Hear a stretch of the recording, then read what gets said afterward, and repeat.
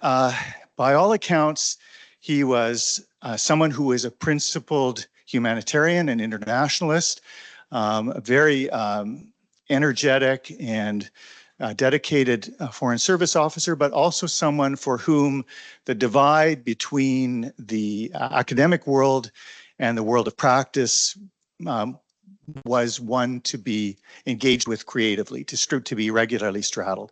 And in many ways, this whole series has really taken that as its point of departure. This is a situation where we've oscillated between very distinguished practitioners and very distinguished scholars, and in this case, we've been able to bring them together in one event. And so this is very much in the spirit of Glyn Berry's career. For academics, Donald Trump, for political scientists, Donald Trump is the gift that keeps on giving, because every day I go into class and there's something new to talk about, some completely unexpected, improbable development that we try to make sense of in relation to the things that we're studying in global politics. For the rest of us, for the rest of the world, this is mainly a source of anxiety, of uncertainty, of disorientation, but perhaps also of opportunity. And that's particularly the case for parts of the world that thought of themselves as close allies and friends of the United States, including both Canada and the member states of the European Union. And so today we're very fortunate to have a very distinguished panel.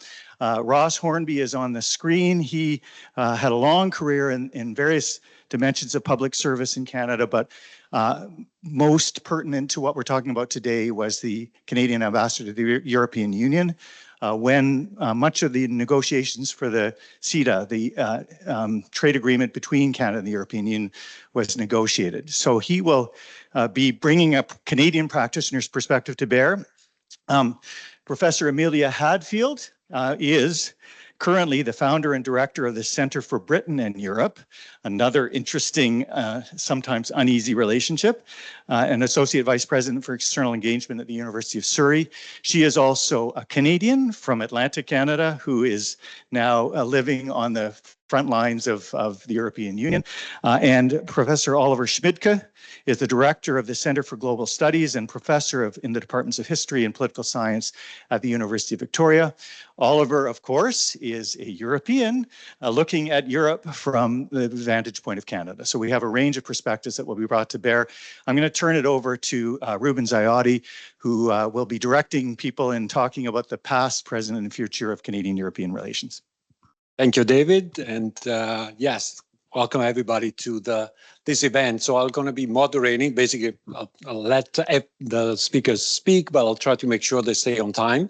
And once they're done, of course, we're going to open the floor for questions from the audience. We really want to hear what your questions are. So keep them in mind for the end of this event. So what we have in mind in terms of the structure, as David hinted at, is that we want to introduce sort of the main topics that relate to the issue of today, Canada-EU relations, but with sort of the US in the background. This is not necessarily new, of course. Recently has become more prominent, but there have been some instances in the past where both Europeans and Canadians had to deal with their neighbor across the ocean or south, and in doing so, they've tried to engage with each other. So the idea is to look at briefly about the past. What do we know about what was happening before Trump? Then we're going to ask our panelists to talk about the current challenges, and then at the end about the future challenges or opportunities, as David suggested. It's not necessarily all bleak, or maybe it is. We'll see what the panelists are going to say. But there might be some of those opportunities that these recent events have brought to us. So without much further ado, I'll leave the floor to Ambassador Hornby. Ross, the floor is yours. You have around 5 minutes for the first round. Oh. So the question is about, as I said, there's a bit of historical background about where we're coming from in terms of Canada-EU relations in the shadow of the US. Ross. Yes. Well, thank you very much, both David and Ruben, for inviting me to the panel. And I would just note that It's a real honor to participate in a conference named after our late colleague, Glyn Berry, because he really exemplified the best of the Foreign Service in Canada. Here in Vancouver, it's amazing how many people have come up to me in the last few weeks and asked about Canada-EU relations and whether we could draw closer together in the face of the onslaught on both Europe and Canada by the President Trump and his administration. I think we have to be realistic. Europe is clearly preoccupied with its own struggle with the Trump administration. Canada is not top of mind, and the future of Ukraine and the security threat from Russia is actually keeping people awake at night. And I would say this is especially so in Germany, where unlike France and the UK, they do not have their own nuclear umbrella. They have much smaller armed forces than one would normally expect from a country with the wealth and size of Germany. And of course, this is because of the post-war history and the reliance on the US to defend Germany. And so there's a stark realization now that the security relationships of the last several decades since the war may never be realized again. And so we've seen just this week the so-called debt brake removed from the German constitution to allow up to 500 billion euros of borrowing for defense and infrastructure. And in France, people are thinking maybe Charles de Gaulle was right, that France needs to be independent and cannot rely on others for its security and prosperity. So in all this noise and angst in Europe, how does Canada make its case for greater coordination and cooperation with Europe? For a starter, I think the visit this week of Prime Minister Carney, I'm still getting used to that nomenclature, to both Paris and London was very important because although my focus is going to be on the EU, we can't forget that the member states and the UK are absolutely crucial allies, both in terms of our bilateral relationship, but also in putting pressure on, in particular in the case of France and Germany, on the institutions of Europe in Brussels to hear Canada. And I think as a starter, turning to the EU, we have to rely on the tools and instruments that we have already negotiated with the EU. When the CETA, the Comprehensive Economic and Trade Agreement, was negotiated and it was signed in 2016, a parallel agreement was also signed, which is called the Strategic Partnership Agreement. And it includes formal engagement on issues like peace and security, counterterrorism, clean energy, and so on. But it can form the basis for a political dialogue between Canada and Europe. And as a strategic partner, it means Canada has very quick access to both the Commission, the Council, and if we wish, the Parliament. So we need to breathe life into the Strategic Partnership Agreement and take advantage of the framework that it provides for closer dialogue. So I was pleased to see this week that there's an effort by Canada to become part of the European initiative to increase military manufacturing. And under it, if we conclude an agreement, Canada will have preferential access to European projects to produce military equipment. The principal agreement, of course, is not the Strategic Partnership Agreement, but it's the CETA. And, you know, there's a long history to CETA. We started working on it in 2007. It wasn't signed until 2016. And initially, we met quite a bit of opposition from the Commission, who is responsible for trade policy, to negotiate a free trade agreement with Canada. They thought it was a distraction from negotiating a larger agreement with the United States. I think they were very unrealistic about that. They thought that Canada could never agree to a comprehensive free trade agreement with Europe because of provincial opposition. And then there were trade purists that thought that the WTO really ought to be the framework for trade relations between Canada and the EU. So we had to change the views of the Commission, and we had to build a coalition of diverse interests in Europe in favor of the negotiations. So we worked with governments and companies in both Europe and in Canada to build that coalition of diverse interests and to align ourselves and them in favor of a comprehensive free trade agreement with Europe. I think there are lessons to be learned from that about what we're going to be engaged in now. Again, that building these coalitions of interests that aren't necessarily obvious at first sight is going to be absolutely crucial as we move forward. Now, what emerged from the CETA negotiations was what is called a gold standard trade agreement. It eliminates most tariffs on goods. It provides for investment protection, mutual recognition of credentials, and free trade in government procurement and services. Now, CETA has only entered into force provisionally under the authority of the Commission with the approval of the European Parliament, because it requires ratification from all the member states before it fully enters into force. But essentially 97% of it is in force. What remains are just those items that are under what is called the mixed jurisdiction of the EU and the member states. And that's items such as investment protection. So my question really is, why hasn't Canada taken advantage, both politically and commercially, of these foundation agreements that we have with the EU? Well, I think the reason is obvious to most Canadians. It's the overwhelming attraction and the ease of doing business in the United States up to now. That Europe was a bit of an afterthought for Canadian exporters. And despite this, Canada-EU trade is virtually tied in second place with China as our most significant trading relationship. So I think the question that we have going forward is, will the Trump tariffs actually encourage Canadian exporters to look more closely at Europe?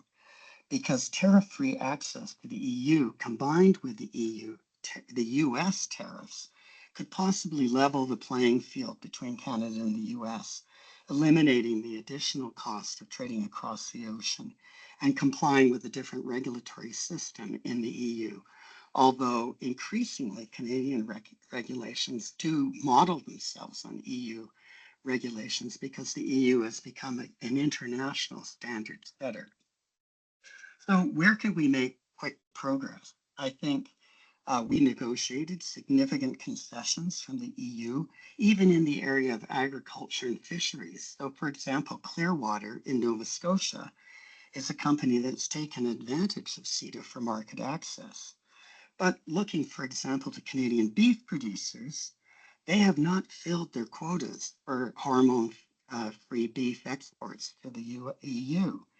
And so if US markets become more difficult, will they actually increase the production of hormone-free beef and export it to the EU, taking advantage of the quota that they already have? So I'll try to wrap it up that I think the EU is a crucial market for Canadian trade diversification. The framework is there in both the CETA and the Strategic Partnership Agreement. I think we need to take advantage of that as we move forward. So I'll end there, and I'm looking forward to your questions. Thank you, Ross. So we'll have another round of questions for you, but I'll pass it over to Amelia. Again, the perspective from somebody who's based in Europe, in particular in UK, but we start with where we're coming from, a little bit of background about where we were, so to speak. Ruben, thank you very much. And David, thank you for the introduction. It's a tremendous honor to be here. Thank you very much as an alumni of the University of Dalhousie. I'll admit I did history, rather than political science, but I think the two they're fellow travelers, let's put it like that.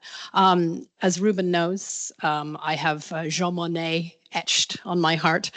So anything to do with European Union integration, including higher education, is very, very dear to me. And we have done some great bilateral work between our two Jean Monnet centres. So I'm absolutely delighted to be here. It's a privilege to share the panel also with the ambassador and with Oliver, whose work I've followed for many, many years, obviously. So I think the ambassador suggested, and he's quite right at this point, that the EU is wholly preoccupied with two things, obviously, the war in Ukraine and Trump. And that means that the United Kingdom and Canada are not necessarily top of the agenda, but they're going to be very, very soon. But I'll come to that when we come to our present and future rounds. Right now, I just want to talk a little bit about the past.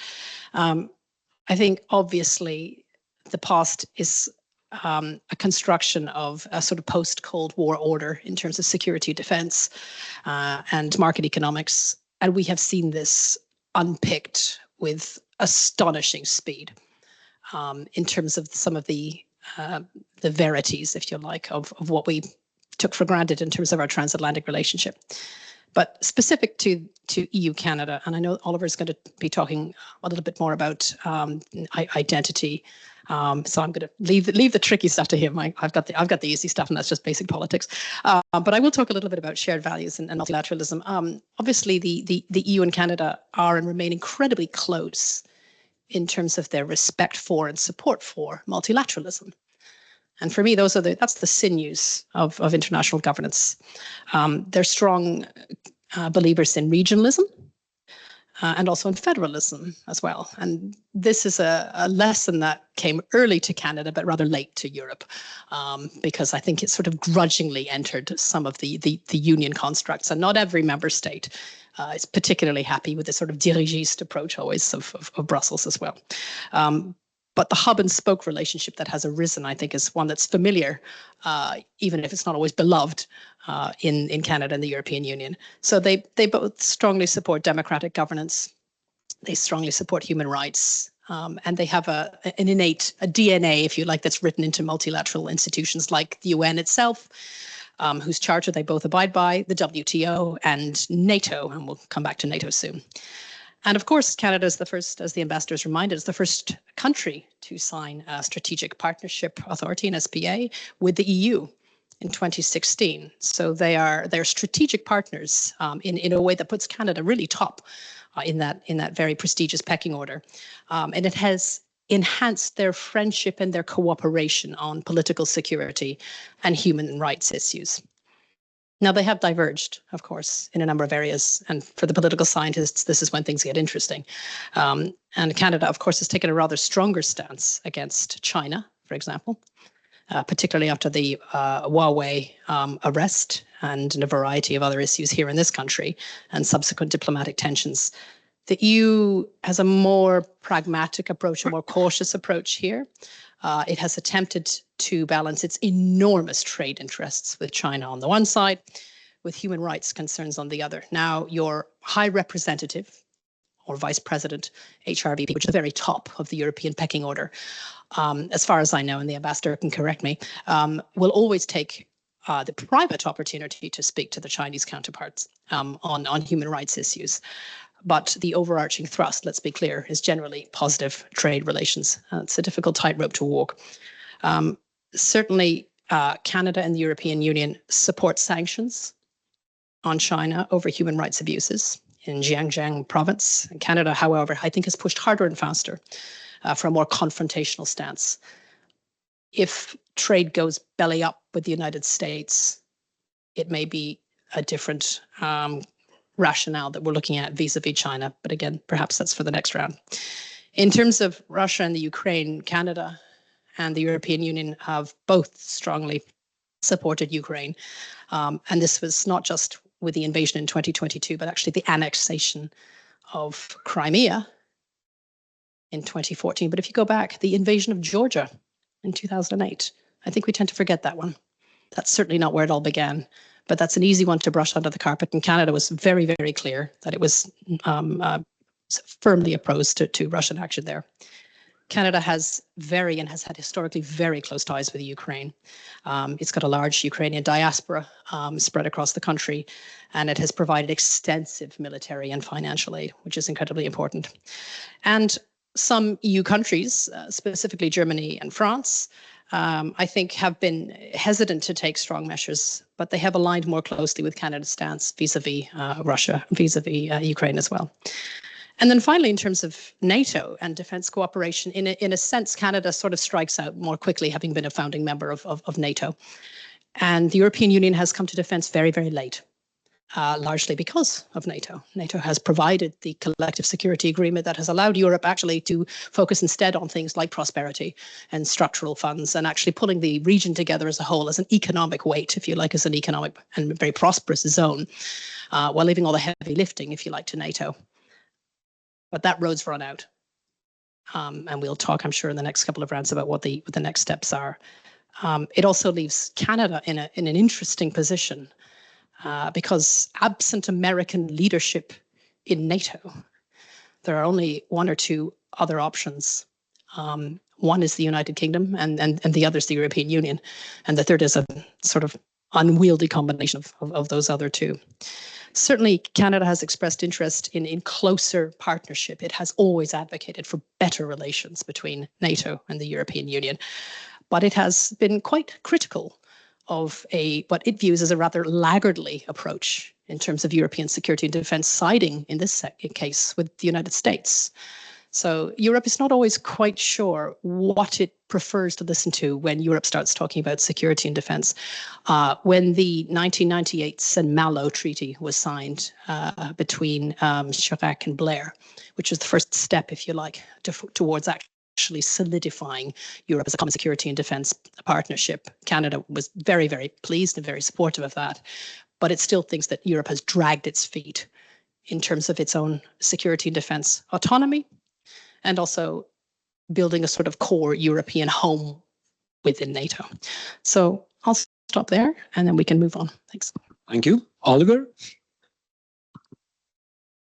Thank you very much, David and Ruben, for inviting me and bringing me back to Halifax. It's a pleasure. And thank you for coming out. I know it's a busy time of the term for the students in particular. I will come to the strategic agreement that the Canada and the EU have, but let me reflect in this first round on the past and on the ties between Canada and Europe, on identity and the values that both share. And, let me back up a little bit. My first encounter with Canada was my second year of study in Germany. I spent a year at Laurier doing my undergraduate degree. And this was at the tail end of the free trade agreement between the US and Canada in the late 1980s. And I still remember very vividly the discussion about whether Canada can survive and would lose its identity and sovereignty as a result of the free trade agreement. And since then, this paradox has stayed with me. On the one hand, Canada being so closely tied to the United States with its trade, also its civilizational model in terms of culture, the movies, the music, the food, you can continue on. At the same time, Canada has shown a remarkable resilience in preserving its national identity. And what we see now, I think surprising for outside observers, a resurgence, I wouldn't call it nationalism, but a sense of pride in and awareness of how Canada is different from its big neighbor in the South. Over all those decades, in spite of these ties, these very strong ties to the United States. And my argument is, I often get this question in Europe. So what is Canada's national identity? Is it really about not being American, right? No, I think there is more. And this speaks to the ties, I think, to the European Union and sharing some fundamental political principles. We already heard a couple of those: multilateralism, human rights, democracy, diversity and multiculturalism. And the more time I've spent in Canada and in Europe, I've been now at UVic for 20 years. What I found one key element, what ties Canada and the European Union in terms of these fundamental values and political identities is the commitment to diversity.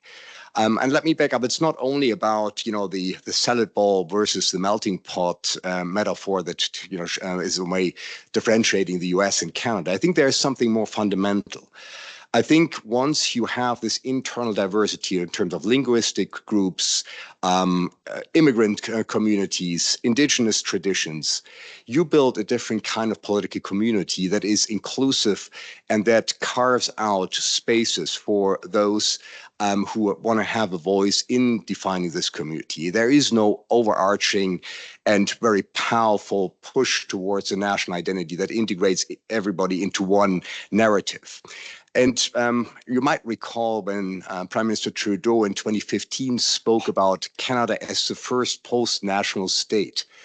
It was an attempt to say, look, it is really about the values that we share as Canadians. It's not a cultural ethnic identity that defines us as Canadians, but, you know, those fundamental values that we cherish.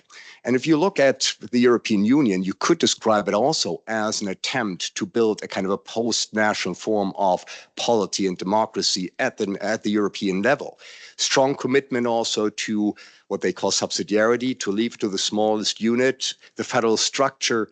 I think it is very much built into the political DNA, as you describe it, of both Europe and Canada, to be aware of and give room to its internal diversity and create a more inclusive and democratic political culture.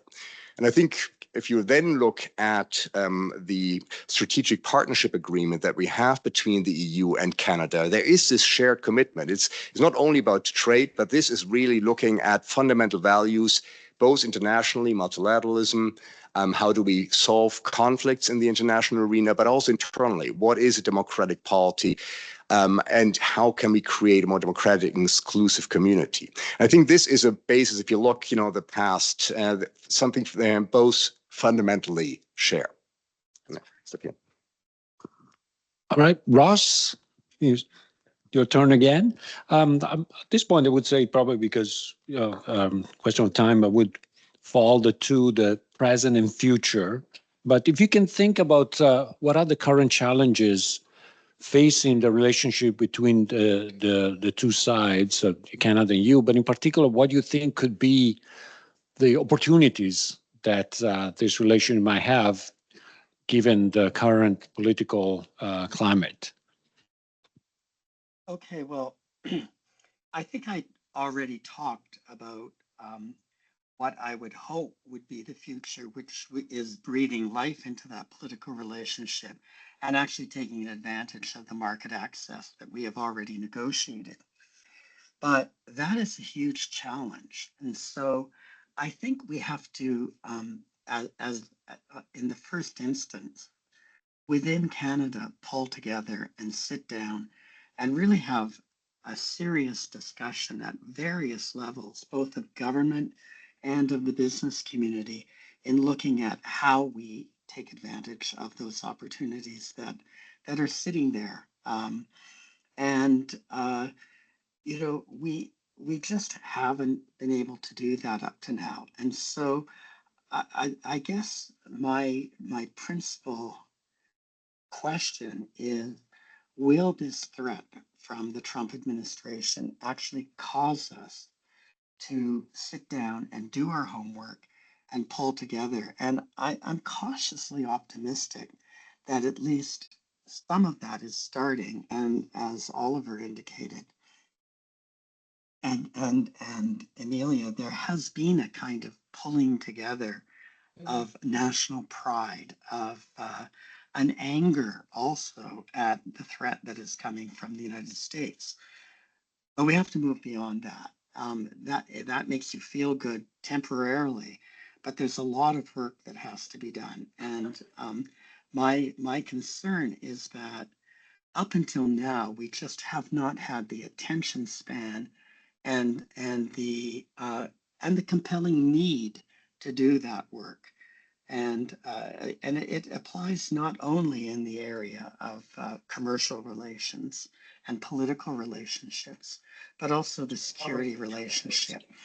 I would say just a quick comment that we do have some experience in having a very strong security relationship with the EU, notably in peace and security measures in Afghanistan during the period of war there.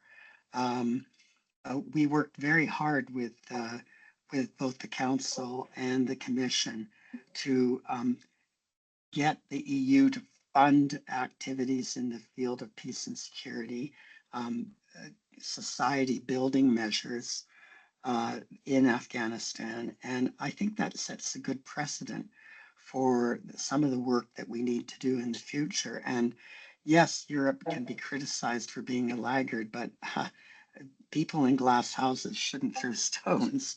Canada has been a laggard in this area as well. So I think that's a real area where we need to do a lot more work, and we're going to have to spend a lot more money than we have and political effort than we have. Canadians, say they want to do it, but when the choice is, a high-speed rail line or military equipment, I don't know which one is going to win out. Thank you, Ross. So, Amelia, your turn about present and future. But if you want to also talk a little bit about the UK dimension here, where it fits in all that Canada-EU relation. Right. Gee, thanks, Ruben. That's great. Only 2 minutes. Fine. Let's talk about military and financial aid. Canada and the EU have been among the strongest supporters I've mentioned of Ukraine since the invasion in 2022. So Canada has provided over $9 billion in aid. That's for a country in financial sizes this small. That's really impressive. It could probably do more, but that's the Europeans, I think, feel that that's very generous, and I think it's helped up the ante. The Canadians have also included military equipment as well, and a lot of training, as you know, through Operation Unifier. And they've been very aligned, the Canadians, with the European Union in terms of sanctions, and sanctions are tough. They are really tough to get together. They are incredibly tough. Hands up if you know what number package the European Union is on in terms of its Ukraine package. 1, 5, 12, 16. Yeah, they're just putting together the 17th one right now. And that's sanctions on banks and officials and energy exports. And Canada was among the first movers in sanctioning Russian oligarchs, and the EU has imposed all these multiple sanctions packages. What's interesting, I think, is, and I think the ambassador is right here, it's easy to to throw stones. Canada, I think, had a very clear idea of when Europe actually got going in terms of security and defense, how to get involved. Europe, much like NATO, effectively pulls its security and defense together from a voluntaristic perspective, sort of bottom up. It's a bit like a library. You can sort of check out a tank when you need to, make sure you return it in one piece. And what it now has is a series of ops-based groups. So anytime there's a crisis, you can respond in terms of what you need. So this is called Permanent Enhanced Structured Cooperation. Really rolls off the tongue, PESCO. And most European member states have joined it, not all of them, Denmark.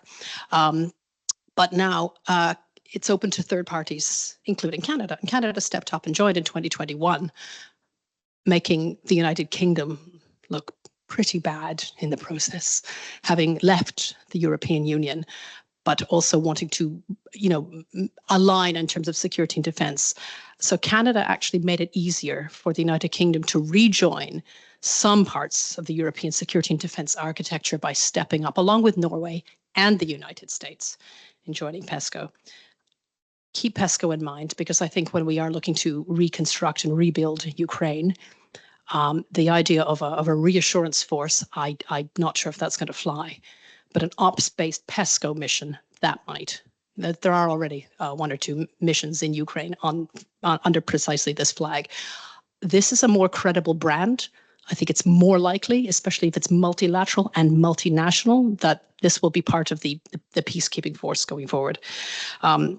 Defense procurement is an interesting area where Canada and the European Union have actually had a lot in common, and we've seen a lot of deeper military industrial cooperation. This is now off the scale in Europe. They are really busy putting this together, and the ambassador will know this at real scale since 2021, European Defence Fund, etc. I think the opportunities for Canada, like the United Kingdom, from the outside in to participate in this are probably really impressive. An area that concerns Trump and the United States is Arctic security. So we've seen renewed interest in the High North, let's put it like this. I think it came as a shock to Canada 4 or 5 years ago, perhaps, or maybe even a little longer. The European Union started putting together what it called its High North neighborhood, seeing itself, because it has a couple of member states in the High North, as a steward of the High North. This didn't go down particularly well in Canada because, of course, it feels it owns the High North. So I think there were some words back and forth. But regardless, Arctic security, whether it's in terms of climate change or it's in terms of sort of hemispheric opportunities and Arctic routes and accessibility, Canada and the EU have to get together on this. They're equally concerned, I think, about access, but they're equally concerned about Russian and Chinese military action on this. I think the United Kingdom is firmly supportive of stronger bilateral relations between these two as well. So in terms of the future, very, very briefly, I think the time is probably right for Canada with the United Kingdom to show greater leadership, I think. I think the door is now open. Both of them have been very important supporters in terms of moving the dial towards ideas of a Ukraine ceasefire and reconstruction. So I think it would be great to see what those two can do. I think, interestingly, I know we're here to talk about Ukraine, but do keep an eye on the Balkans. Things are not going particularly well in Serbia. The Brits have been very clear that we cannot afford to have the Balkans unspool while Ukraine is hot. So I wonder if the Brits, who have always been strong patrons of Balkan accession to the European Union, however paradoxical that might be, may be deployed or perhaps redeployed to head up the EU mission there, which is Althea, one of the oldest ones, while Canada may be invited in on the form of one of these PESCO ops that I've mentioned before. I think the door is open probably for Canada, EU, UK, that sort of triple whammy, if you like, of defence industrial cooperation. I'd certainly like to see that. And I hope we get questions on it, but I am just going to mention energy security.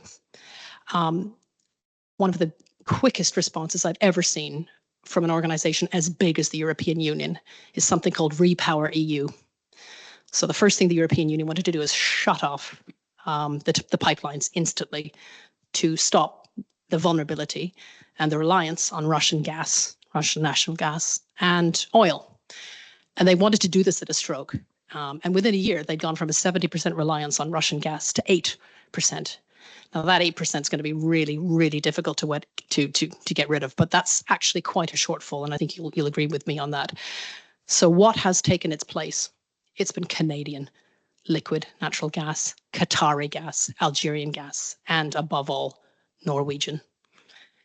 How much of it goes through the United Kingdom? So Britain, without really realizing it, has become a gas hub. Which has put it in a rather interesting position. It's become an energy actor in a way that it was not sort of foreseen. And now it's become, a major exporter from that. So it like Canada, is a major exporter.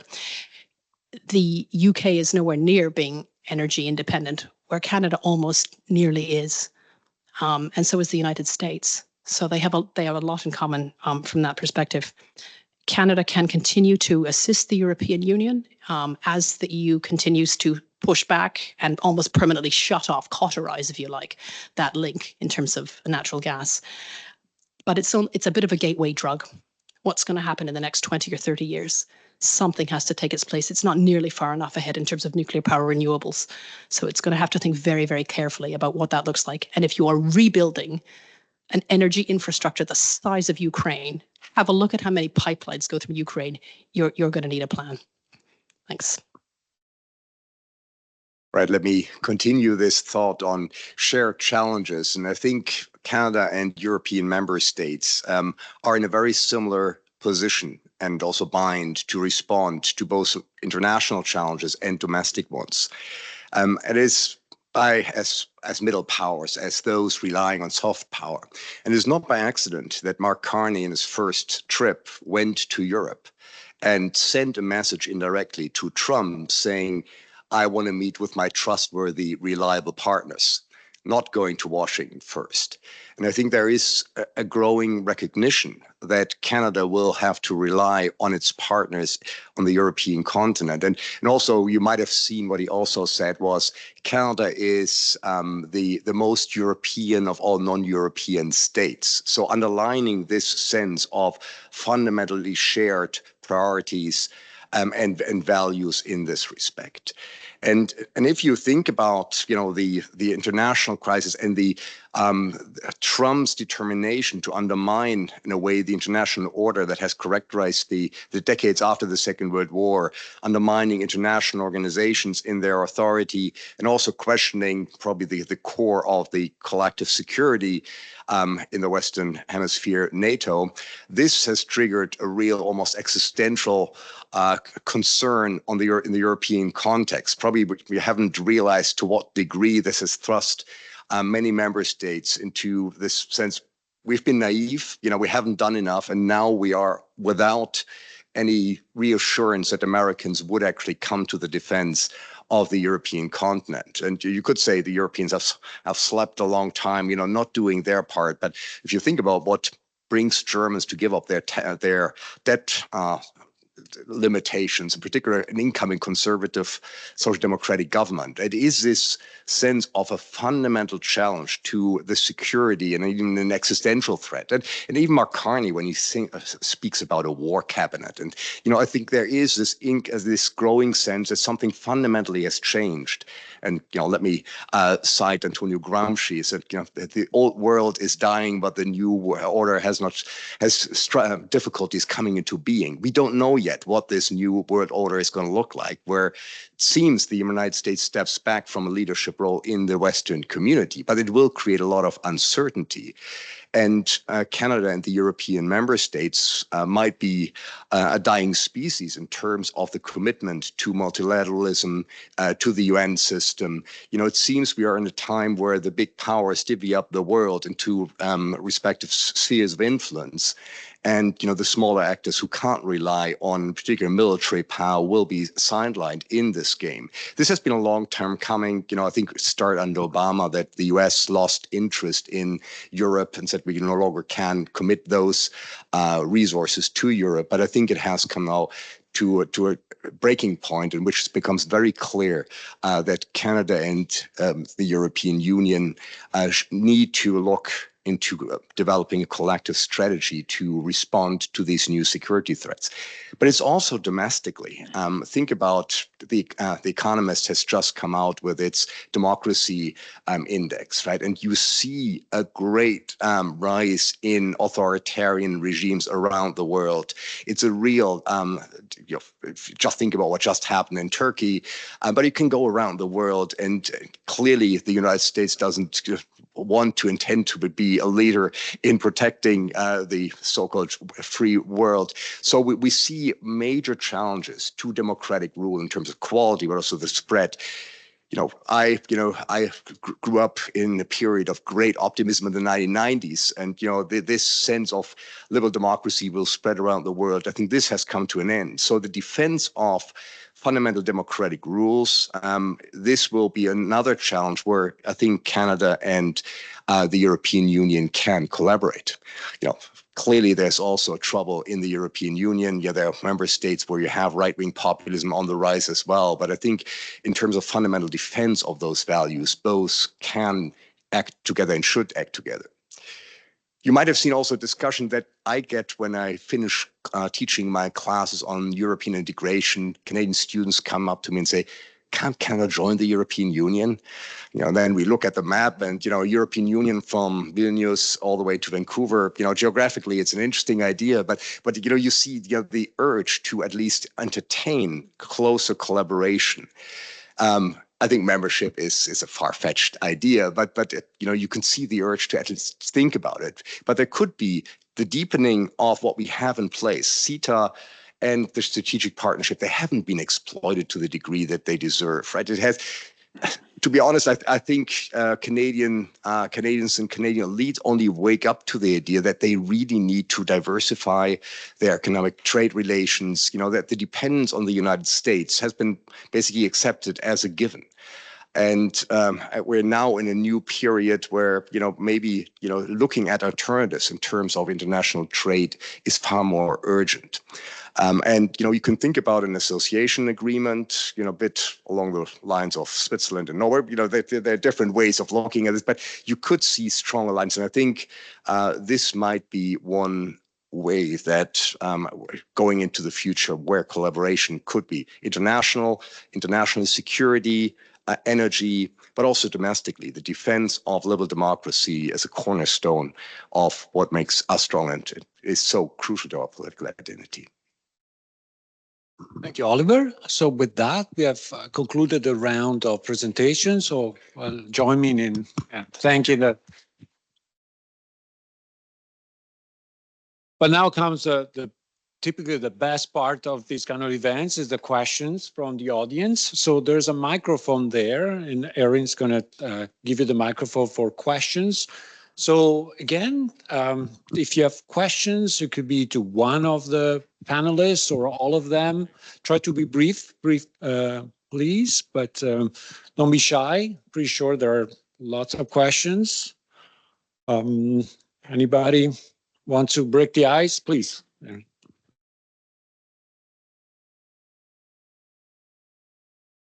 Hi, thank you. I kind of want to pull on one of the threads that Oliver mentioned in that you mentioned the big powers are kind of less committed to multilateralism. And so how might the EU and Canada work together, or how might they diverge and how they approach a kind of emerging multipolarism where the big powers are increasingly interested in kind of having their own spheres of influence and less interested in kind of maintaining the current international order? Let's start the first one, so people warm up and raise your hand if you're. Or do you want to? Oh, we have we do have a second question. So. Should we collect questions or? Let's do a couple of them. Okay. Yeah.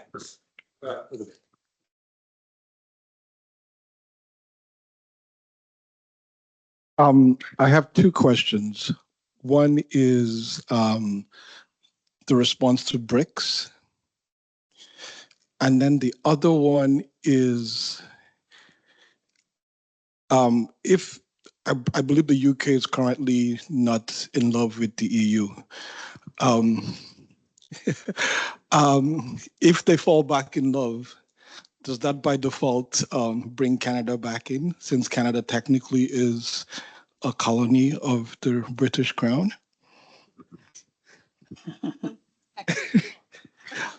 Technically, because there were treaties that were signed, and the only reason why Canada exists is because of the treaties the peace and friendship treaties that were signed with the people who actually own this land, which is in Canada.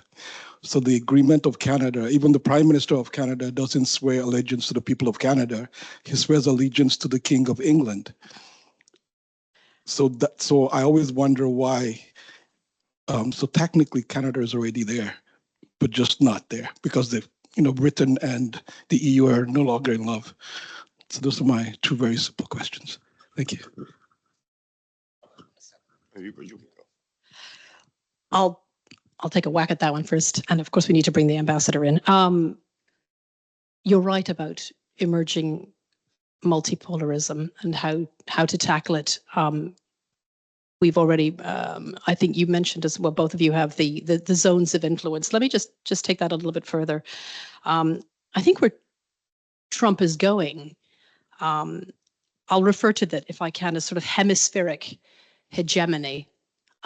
because it kind of encapsulates some of the slightly ramshackle announcements that he's made, from taking over Canada to Greenland to the Panama Canal.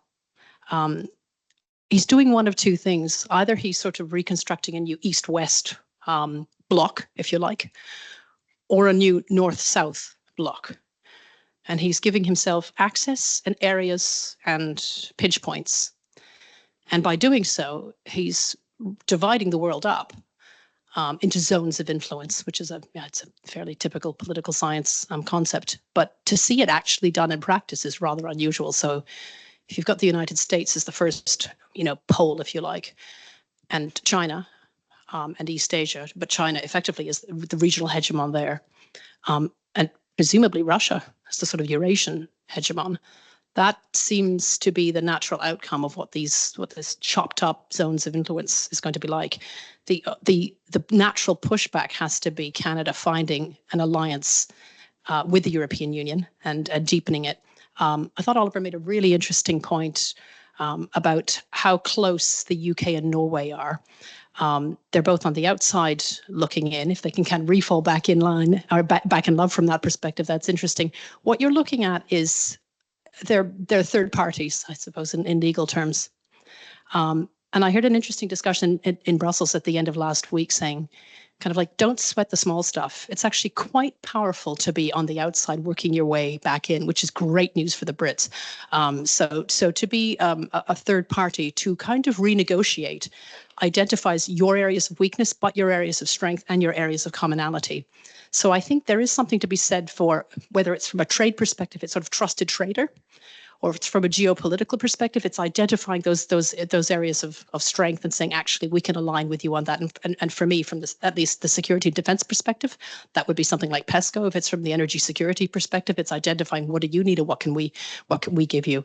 I'd love the UK to fall back in love with the European Union. It was, cards on the table. I thought Brexit was a marvelous piece of cutting your nose off to spite your face and then saying, I look fantastic. It just hasn't worked. And there's huge buyer's remorse in Britain. There's very real sense that it was not the right way to go now. And they've repolled a number of times, and the population has gone from 45 to 51 to 60 or even 70% now, at least suggesting that from a trade perspective, it just hasn't gone that way at this point.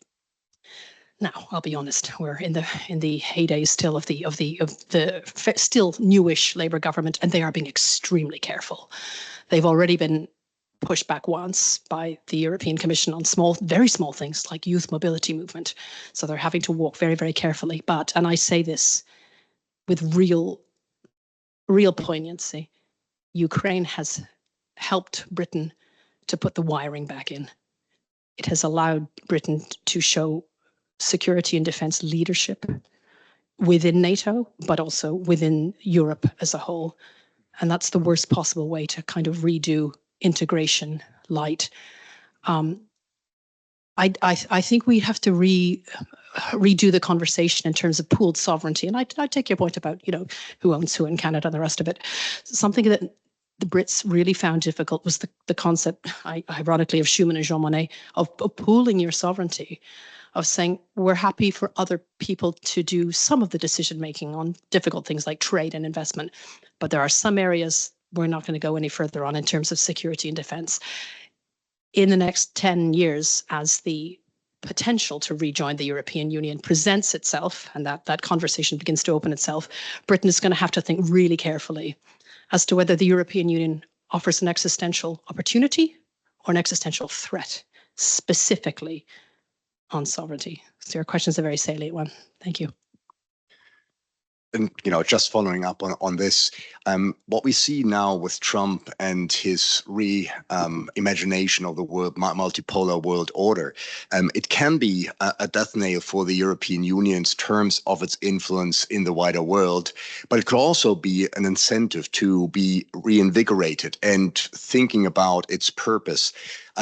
I think you already alluded to the failure of the European Union to pool resources and sovereign power in the field of security and defense. This has always been on the agenda, a common European defense policy, but it hasn't taken off to the degree that you would expect. If you look at just at the weapon systems, command structures, and all of this, the Ukraine crisis, and now in a way the gradual walking back of America's commitment to NATO has instilled a sense of urgency. And we might see, and Canada could be part of it, a bloc of countries, that try to find their voice and their space in a world that is shaped by almost imperialist aspirations, territorial gains, these things, we thought this was deep in the 20th century.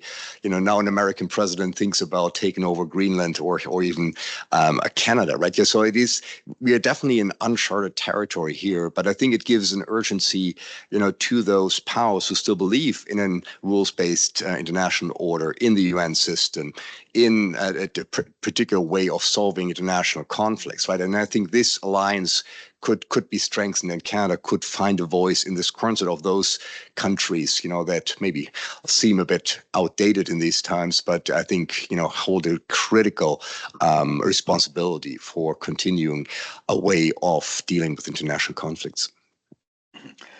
Ruben, go ahead, Ross. Please, Ross. I just want to, there's not a lot I can add because I agree with what the others have said. I just think we need to be, as Canadians, extremely cautious about discussion of great powers dividing the world up into either hemispheric or zones of interest. It clearly does not play in our interest. And I don't think it plays in the interests of the UK. And I would argue that it doesn't play in the interests of the EU because of the reasons that others have suggested. The EU is a very diverse group of member states. It is not a federation. It is not entirely coherent, and there are great strains in the EU. And we have experienced some of those strains in Canada as well, pulling the country apart. I think in the face of Trump, we've kind of had a wake-up call and we're starting to pull together. I think in Europe, we're seeing elements of that, but I don't think the EU will ever become one of the great powers because of the overwhelming interest of the member states in guarding their sovereignty. So I think we have a lot in common with the EU in resisting this talk of and the reality of great powers dividing the world. It is not in our interest, I would argue. It's not in Europe's interest. It's not in the UK's interest. And or for that matter, some of our partners in Asia, like Japan or Australia and New Zealand, we are all outsiders, so to speak. I always used to describe Canada as our relationship with the EU was a bit like the small child with his or her nose pressed against the candy shop window. And we're still a bit like that, but I think Europe is going to be a bit like that in the future as well if great power politics prevail. It's all in our interest to resist it. Okay. May I respond to the ambassador? Yes, please. Ross, I don't disagree. I think you're absolutely right on this. I'd like to make if I may, a bid based on a couple of very recent readings for unlocking Canada's superpower potential. So bear with me on this. No, I think there's some very real opportunities. First of all, Canada has a huge number of strategic assets. It's nothing to do with the size of the country. It's the fact that it has the world's longest coastline. So it's got ports and pipelines and roads and railways and airports. So the opportunity to boost intra-Canadian trade and therefore Canadian trade with Europe and Latin America, if need be, I think is very real. And doing so would reduce the simply colossal 75% of the Canadian export dependence to the United States. That's not sustainable. I think the idea is maybe making Canadian geography work for Canada rather than against it. You've got what I would call a federal tripwire, and I think it might be time to clip it. There's enormous barriers, and I say this because the European Union is very similar in some respects, but it's also quite different in others. Very many bureaucratic burdens on the free movements of people and goods across this country. I think the idea might be perhaps, if possible, to iron out the interprovincial restrictions on goods and the variation in licenses and technical standards, and scaling up the province-wide consensus that is beginning to emerge at this point and removing internal trade barriers. Now, the European Union has done this. That's the whole point, for the four freedoms, if you like. The United Kingdom and the European Union are effectively tackling this. This is the post-Brexit issue. And this is sort of goes back to the point I made before about third-partyism or using trusted trader status. Canada is largely energy independent. That is quite something in this day and age. Again, it's got the third largest proven oil reserves in the world, third largest, fifth largest natural gas producer. It makes it an obvious energy producer. Now, from climate change, that's not great. But it does mean it can be managed, and it is part of what makes Canadian power at this point. And I would perhaps maybe suggest that rather than signing a mineral deal with the United States, Ukraine perhaps looks at Canada, because the mineral wealth in this country is absolutely colossal. You've got potash and cobalt and graphite and lithium and uranium. And those are incredibly important for renewable technologies. And that's where the world is going. Sadly, also very important for defense technologies. And that may be also where the world is going as well. So I think Canada should and could certainly look to trade much more intensively with the European Union and possibly with Ukraine as part of a reconstruction deal going forward. So that's my bid for Canadian greatness. Thank you. Hear, hear. Ambassador, did you buy the pitch? Oh, I love it.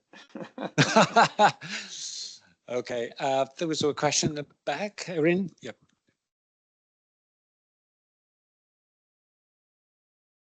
Thank you very much.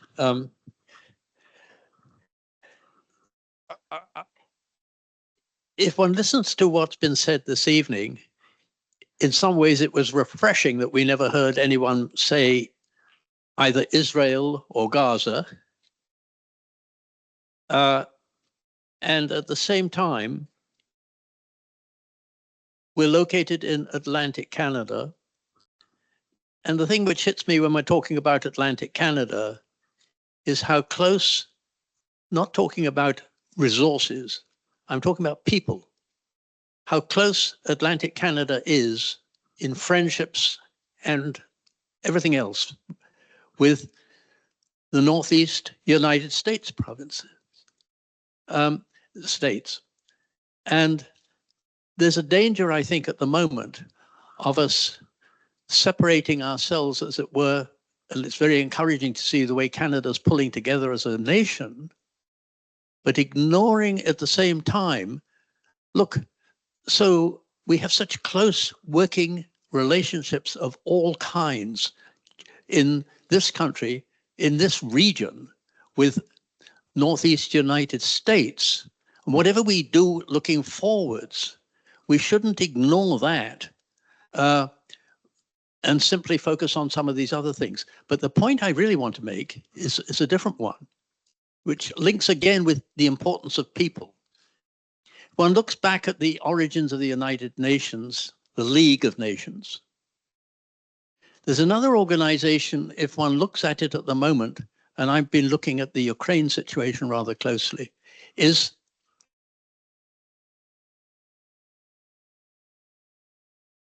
the League of Red Cross and Red Crescent Societies. In other words, the International Federation of Red Cross, Red Crescent today. And that's another very, in my opinion, impressive and critical bridge to humanity, which I believe as we look forwards, we've got to say, well, of course, the United Nations is very important. And of course, the European Union is very important. But let's not ignore that there are one or two other kinds of institutions which have got a fabric which is somewhat used to these kinds of crises and is living in them. And the fabric is really at the grassroots. I mean, the strength of the Federation of Red Cross and Red Crescent.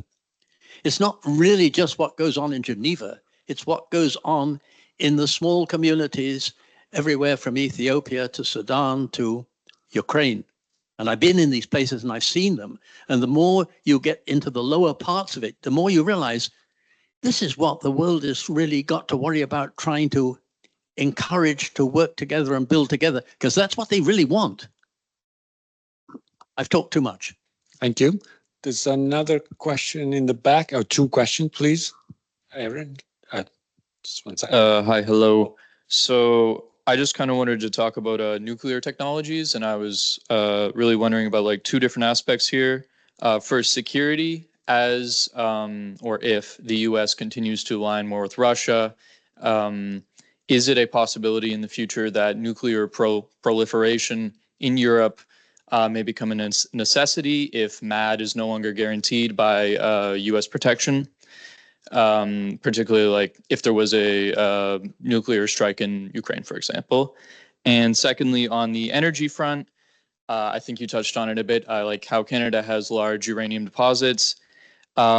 Should we be trying to work closer with countries like France, who of course have very large nuclear sectors, but who may not currently be necessarily upholding their sort of human rights? They may not be ethically sourcing their uranium with a lot of their mines in Africa. And thank you. There's a couple more questions. We take two more, 1 and 2.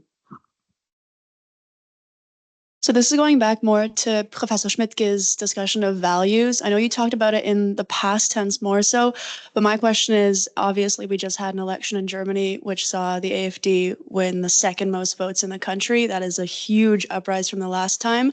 And of course, Germany being the biggest population and economy in the EU is so vital to everything that it does. What happens if by the time the next election rolls around, they won a majority and all of this discussion is for nothing? Because they have obviously talked about pulling out of the EU and all of these trade negotiations and everything, going back to that protectionist value. Of course, the US has already done that. So basically my question is, what can the EU and Canada do, and what should they do in the next 4 years on more of a ground basis to make sure that this rise in far right tendencies doesn't stop all of this from happening again? Thank you. Two more questions and then, yeah, Anders. Yeah, I have a question about military aid to Ukraine. United States is clearly not a reliable supplier of military aid at this point. It shut off military aid recently before resuming it. But it's quite possible, given the fact that the conditions for a lasting peace are not very strong at the moment, it's quite possible we find ourselves in a situation again where the United States cuts off military aid, but Ukraine is not prepared to accept the conditions that are being pushed on it and still wants to fight on, not willing to submit to the Russian aggression and needs continued support. In a context like that, I'm wondering what you see the prospects for a Canada-UK-EU alliance in continuing to provide military support to Ukraine. One more. Okay. So to my mind, there's no question that Trump is eventually going to melt down the U.S. economy. And to me, the real question is not whether he will set it on fire, but whether that necessarily causes a political problem for him. Because I think there are ways in which he could still arrange for the plutocracy to carve off the top layer of what's left, and they'd be reasonably happy, and he stays in place, and things get really dark and ugly there. But if somehow that meltdown leads to a political correction and the U.S. suddenly sobers up, does all of this conversation immediately melt away? Like the whole rationale for a closer relationship between Canada and the EU just sort of disappear instantaneously when the US suddenly gets its wits back again? I know we're using inappropriate language. I saw you.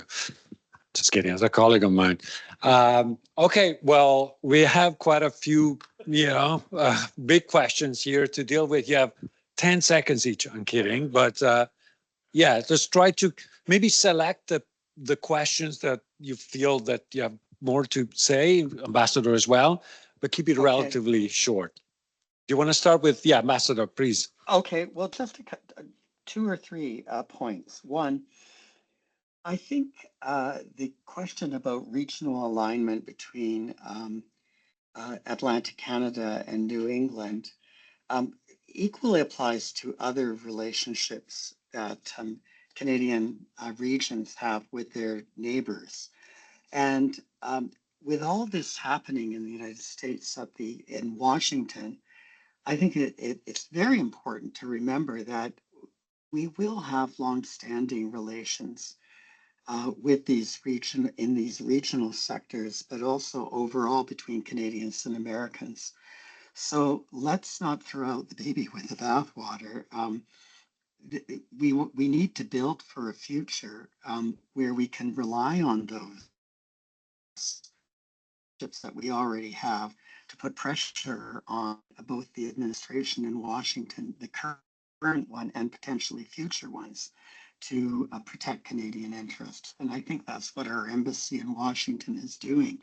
They're building allies and have been building allies. And it remains to be seen whether those voices become heard as the US is entering this period of both economic and political turmoil. The other thing I wanted to say, I think the risk of the threat that the AfD in Germany poses to the EU and far-right movements elsewhere, notably in Hungary, I think it's a very real threat. And therefore, it clearly is in our interest that we help Europe solidify its cohesiveness. And if we can help its prosperity, which is the key tool of creating European cohesiveness, we should, and that will be to our benefit as well, because we can be, as Amelia has pointed out, a strategic partner in very critical areas of the economy, particularly in our resources. And then the final point, I think there will be a political correction at some point, both in Canada and in the US, in terms of realizing how dangerous the current situation is. And I'm optimistic that that will come, but it might take a long time to get there. In the meantime, there will be harm done. And I don't think if there is a political correction in the United States, we should just go back to business as usual. I think the lesson that we have right now is it goes back all the way back to Prime Minister Trudeau the Elder and the third option. We have to diversify our trade interests, and it's obvious that certain partners in Asia, but also the European Union, are the key targets for that. And we should not stop just if because there might be a political correction in the United States and the current difficulties are alleviated. Let's keep moving on this front. I think it's absolutely crucial. We have the tools and we need to take advantage of them. Thank you. Oliver? Yeah, I thought we are kind of pessimistic, but burning down the economy, you're definitely topping us here.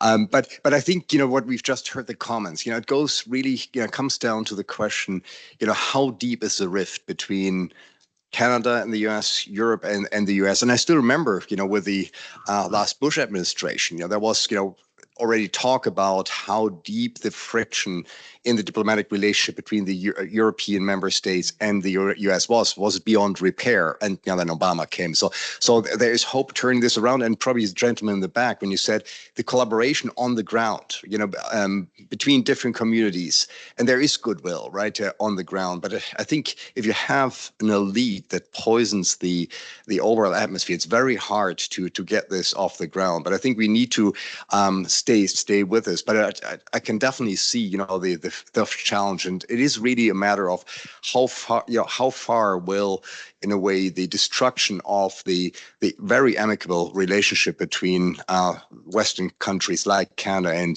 the EU and America go, right? So how far is Trump willing to go to push for his America first? His sense of everything that benefits America is legitimate, right? How far will this go in undermining some of the fundamental ties in the Western community? I think that's crucial.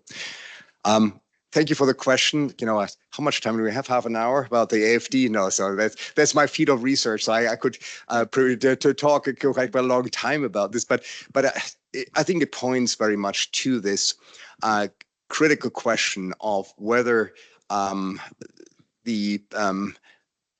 let's say those that support and sustain liberal democracy, those political forces are able to come up with a political approach and project that's appealing enough to keep the right-wing populists in check.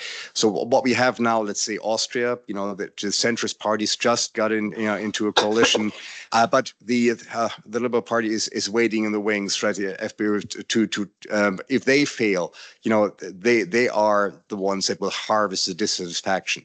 Same in Germany now, right? We have a grand coalition. However, these grand parties have shrunk considerably. So basically, it is the center, the centrist parties coming together and prevent exactly this takeover by the extreme right to happen. So with the decision in Germany now to invest these hundreds of billions of dollars, and luckily I should say the Green Party also got in there because they need a 2/3 majority in Parliament to say 100 billion also need to go into climate-related issues, infrastructure, and weapons. Maybe this is a boost that is needed. But what we've seen is a relative economic decline in Europe, growing inequality, dissatisfaction. So all the elements that could, in a way, attract people to those promising simplistic solutions in the populist right are there. So I think it is a crucial time to, in a way, rebuild the trust that the parties can actually tackle those crises that people feel, have infringed on their realities, right? From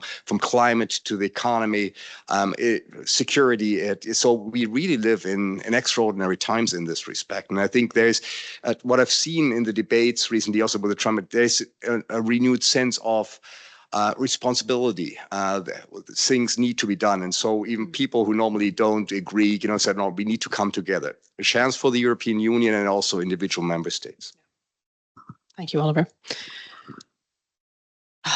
League of the Red Cross and the Red Crescent, thank you for reminding us that humanitarianism and civil society and bottom-up cosmopolitanism, not just communitarianism, are incredibly important. I'm just racking my brains. I think it's 1880, maybe 1870, around Crimea time, that this was put together, and it has lasted and lasted. And it's one of the best vestiges of a sort of dwindling international system that we continue to have. The Red Crescent and Red Cross and the Red Crescent, they need to be much more present if we can permit them to be so, because they will change the course, not just in Gaza, but quite possibly in Ukraine as well. So it's a very prescient question. Thank you very much. Nuclear. Okay. So the question recently has been whether France and Britain together will extend nuclear coverage to Germany and possibly to Poland. It's an open question. I think it's unlikely, if I'm honest. France and Britain are bound together by something called the Lancaster House Treaties, in which nuclear development, civilian but also security-based, are and have been entwined. But they've never done this. I think, with a continental view. But I don't think the stakes have been as high as they are now. So it's a live conversation. Another one is whether the European Union might like to move a little bit forward in terms of nuclear provisions. The closest it has gotten is the work with the African, Caribbean, and Pacific countries under what's called the Cotonou Treaty, where some of the conditions are that they sign the NPT treaty. Now, this is boldly cheeky because the European Union has no remit in terms of nuclear power. That is the International Atomic Energy Agency housed in Vienna, and never the twain at this point. However, again, the stakes are very, very high. So we may see discussions either in terms of a localized extension of that nuclear cover, and we may see the European Union softening up on this. It benefits no one to have a nuclear strike. It renders everything massively uninhabitable. Not even Putin himself is going to press that button, because the very area that he has spent so much time taking will be fundamentally useless. So that doesn't work for him. I hope I'm right. Military aid to Ukraine.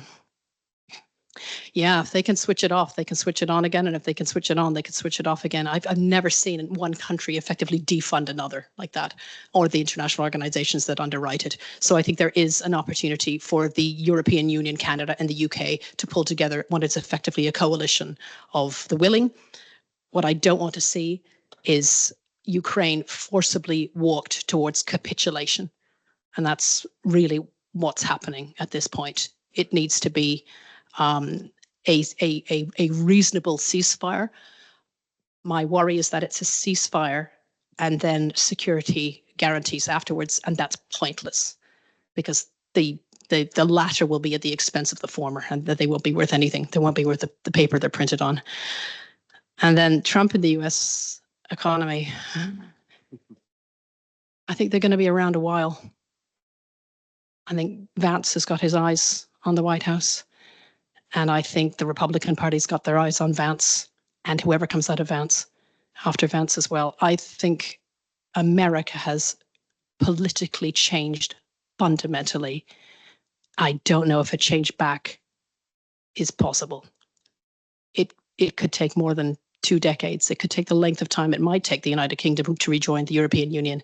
And my question is, the catastrophic, at least domestic damage done in the interim, unless they look at the damage and say this is just not making America great again, and trying to sort of rethink it. I think they have to see the casualties, experience the material damage, and then change their minds. Sorry, that's the bleakest possible outlook. What if there is let's see, one last round of questions. Let's see if we can be more uplifting. It's one in the back, please. I'll just stand up. I'll just make one short question. I'm kind of curious about what do you think of the cost of this cooperation. I think it's necessary to consider the marginal cost that it seems really beneficial, and a lot of revenue benefits could be generated from Canada-EU cooperation. But when both sides, Canada, EU, really put all those ideas into reality, it seems extremely expensive that in domestically in Canada, there's like interprovincial trade barriers, and if we talk about investment, then the high tax and environmental regulations, countless regulations on the investments could just scare the EU investors off, and it just seems expensive for putting or convert those ideas on paper into reality. And not to mention in EU, we talk about the right turn among those member states in Germany, in Poland, in Hungary, and also in Czech Republic, Slovakia, even Italy. I would say the one major consequences of the right turn would be those member state would more likely to prioritize their own interest rather than the collective interest of EU. So which means that it would more like unlikely for Brussels to have an agreement on something, or to actually say we're gonna build some more ports or build pipeline, or putting those ideas into reality. So what do you think of is that really worth to really talk about that just because it's ideally is beneficial, or it just so expensive and maybe it's more cheaper? It would be cheaper just for both EU leaders or Mark Carney or even whoever in the future to just go to Washington and talk to Trump. Good one, not necessarily more uplifting, but David? I don't know if this will be hopeful or not. Come on. All of you have said that one of the things that Canada and the EU share in common is commitment to multilateralism. But nothing we've talked about has really dealt with the kind of the core of the current multilateral order. And so I'm wondering if one point of potential cooperation, collaboration would be stepping up in relation to the institutions of the current sort of core of the multilateral system. And here I'm not necessarily thinking, I mean, there's the whole UN system, but I'm thinking as much as anything about the kind of sinews of collective action responses in relation to, for example, the WHO or the World Food Program or the climate negotiation process. Is this an area where they might find some common ground that would be productive, or are they too distracted with all the things that are preoccupying them in the here and now? Thank you. So these are the last question. So the last round, Ross, do you want to start? You can pick one of the two questions if you want, or both. I think that the first question is sort of the reality check, isn't it? We have these pious hopes that we can have greater collaboration with the EU in a whole number of areas, both political, defense, and commercial relations. And yes, there is a cost involved in it. I guess the principal response is the cost of doing nothing is potentially even greater. In my mind, the current US administration just sees Canada as a resource bank and is not interested in our sovereignty or in our values or in our difference. So I think the cost of not taking advantage of the opportunities that lie in increasing collaboration between Canada and Europe is simply going to outweigh the cost of doing nothing. In terms of the multilateral order, I think, David, you've reminded us all that it's not just the UN institutions in New York, but it's through all these different agencies of the UN system and the international system. And I think for years now, we have been aligned between Canada and Europe in most areas. We have voted together, we have abstained together in some cases. We've had a very close collaboration and have similar approaches to most of these organizations. So that is something to emphasize the fact that we have a commonality, both of political interests, but also values. So thank you for reminding us that it's not just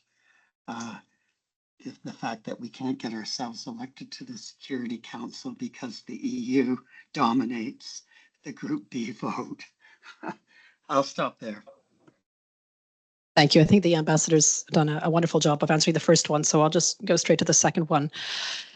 I think it's regulative diplomacy, which sounds super boring, but it's in fact incredibly important. The shorthand for this is pen holding. So whoever holds the pen and helps to bring people around the table, whoever facilitates, whoever convenes, whoever gets the right people in the right room around the treaty and writes the provisions, has a huge amount of power in terms of making, sustaining, and evaluating international governance. And Canada is very good at this. The Brits are amazing at this. And the EU has, I think, realized in the last couple of years, actually, they're very good at it. So the idea, I think, is improving and reforming. And the UN organs are very good, but there is a host of international treaties that would benefit, I think, from a quick overhaul. I'm thinking here of oversight, but compliance. If there's anything that's begun to fray in the international order, it is compliance. It's the watchdog necessity that you need. And being able to hold the pen and exercise a degree of regulative diplomacy, not just aids in the health of international organization, it's soft power. And if there's anything that the EU and Canada really, really specialize in, it's that. And I'd like to see more of that. Thanks. No, I'm second. Are you sure? Yeah. Okay. Perfect. With that, we're actually on time, a couple of minutes over. We come to a close. First of all, let me thank you, the panelists, for their presentations and their answers. Please, round of applause. And of course, thank you all for coming here today, for your questions, and hope to see you again in the future for other events. And certainly the topics we covered today, they're not going to go away anytime soon. We might be back in 20 years and talking about these issues. Well, in between, we're going to have other events. You don't have to wait that long. Anyway, thanks a lot. And there's still some more food and drinks for you, but you can stick around for a few minutes. We want to talk to each other, and we're going to stick around a little bit as well. But thanks a lot, and see you soon. Bye. Thank you. Thank you, Ross. Thanks, Thank Ross. Thanks a lot. Next time you'll come in person, okay? We want you here. Definitely, I promise. Thank you. Thanks a lot.